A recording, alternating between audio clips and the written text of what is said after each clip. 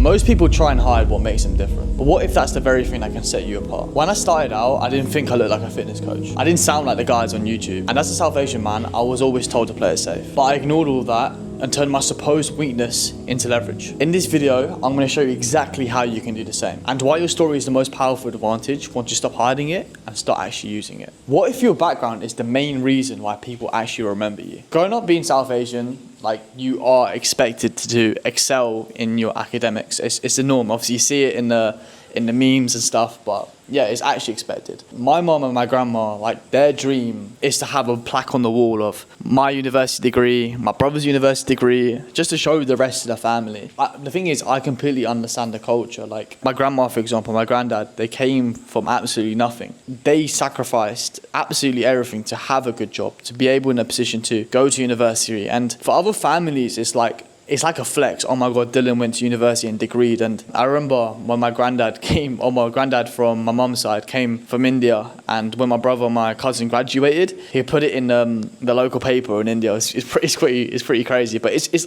ultimately like a flex. So growing up, like, I was a bit confused in regards to what I actually wanted to do. I didn't really have full conviction to be like, okay, I wanted to do X, Y, and Z. My brother, he always wanted to be a doctor, and he's on the path to be a doctor, so keep an eye out on Dev. I wasn't academically the smartest. I was literally the CED student. I didn't really find something I really, really loved. And it got to the point where I got my A-levels back. A lot of my boys got crazy results. I was just scraping everything. Like, I didn't really get the best results. And I literally was following whatever my friends did. All my friends were going to go to Loughborough and Essex. But I simply just didn't have the grades to actually get into it. And then I went to university through clearing. I went to Brighton University. I still didn't know what I wanted to do then, but I knew I wanted to do some sort of sports or science. And my parents fully did back me and be like, okay, Dylan, like, we'll help you. I mean, after a year, guys, I just ended up dropping out. I tried it for a year. I just couldn't connect with what was going on. I mean, don't get it wrong. I partied. I met a lot of good friends. I went out a bit out of my comfort zone, but it didn't really resonate with who I wanted to be in the life I wanted to create for myself. And my parents were just a bit confused.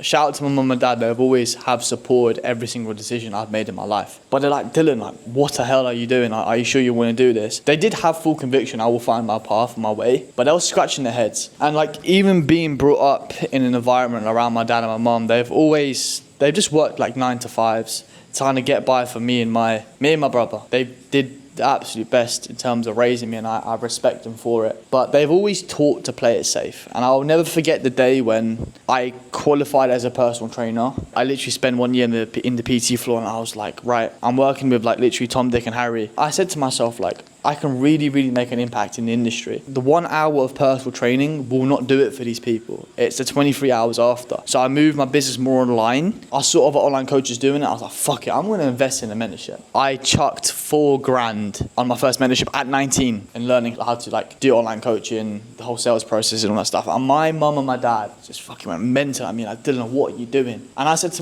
to them, I was like, I'm going to have full conviction that I'm going to get the money back. But they didn't have the belief in me because their mindset is, oh, let's always play it safe in life. Let's do this. Let's just save money. Like, even I jumped on the podcast with Orlando and I asked him, bro, what is the hardest thing to sell? Fitness? And who's the hardest people to sell it to? Indians. Because they don't really believe in success. They don't believe in, they just taught to play it safe, which I completely understand, because like, my granddad and my grandma came from absolutely fucking nothing, and they had to fight for food, they had to survive for food, they had to do X, Y, and Z to get to where they want to be, and I completely understand it.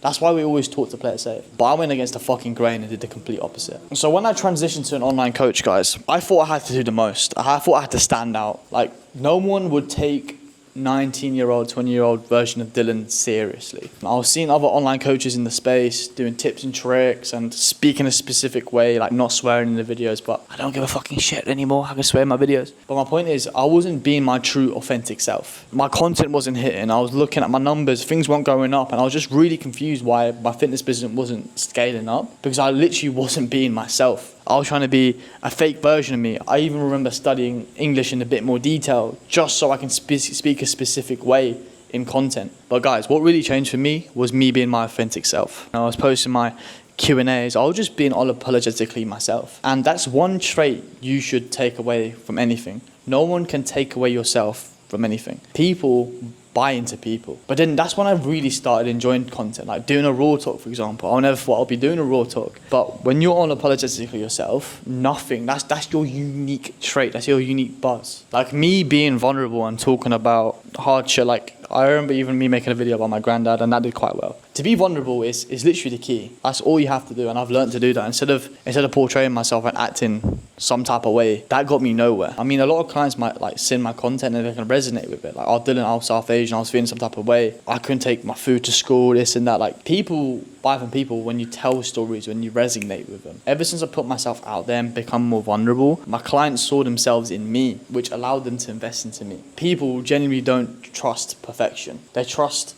authenticity, vulnerability. Another truth is your environment dictates who you are. And it decides whether it becomes your strength or your shame. Like back in the UK, I just felt boxed in, especially being a South Asian entrepreneur. We're not really taken seriously. We're not even seen as strong or entrepreneurial. We're just seen as the corner shop people. Like even when I was playing football, a lot of people, like there's this whole stereotype, like even Indians can't even play football. Like you don't see any Indians in football. Like there's a joke saying, what do Indians do when they take a corner? They set up a corner shop. But the day I changed my environment and I was around other people that saw the light in me, saw me as a person, everything changed. Coming out to Thailand, coming out to Bali, like all these places generally opened my eyes because no one judged you for who you are. When I booked the first flight to Thailand, I was just really lost on what I wanted to do, grieving on my granddad. I joined a network and everyone that joined that network had a story. Like Joe, for example, Joe Hadani, shout out to you, my boy. He's killing it in Rio with sales right now. Leo was living in Koh Samui, was doing X, Y, and Z, was still stuck in the same boat. Because when people understand that and you're around other people that want to do better on a day-to-day, that really brought it out of me. I saw what other networks did to me and the change it made in myself. Not only was I hitting record months, I had the self-conviction, the self-belief, despite all the negativity back in the UK, to become the best fucking version of myself. And when you're surrounded by other killers, you will step into that identity. You are who you surround yourself with. Like guys, now what we've built with 1% is it's game changing. Like currently I'm in Bali, we're literally about to go on Australia in literally 10 days. But you're around other people in different worlds, just okay, cool, they're different ethnicities, they're different people, but we all want to achieve the same goal in life. We want to become the best versions of ourselves. We help each other, push each other. No one wants to see you win as much as the 1% boys. Let me just give you guys a little insight, right? Let me show you the wins chat. The boys are going absolutely crazy. 12k PIF from Caleb.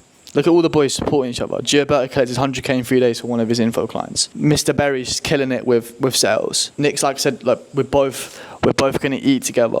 Like the people are doing business with each other. I think Orlando made a little point on this. Like you can spawn anywhere in the world and be surrounded by like-minded individuals. And that's exactly what it's about. But my point is, everyone brings their own story into the network, their own edge, and all those stories are celebrated. And that's why it works. When your environment embraces your identity, you stop hiding and you start scaling. So let me just wrap up this raw talk. Every so-called weakness in your story is just context. Whether that becomes your power or your excuse, it's entirely up to you.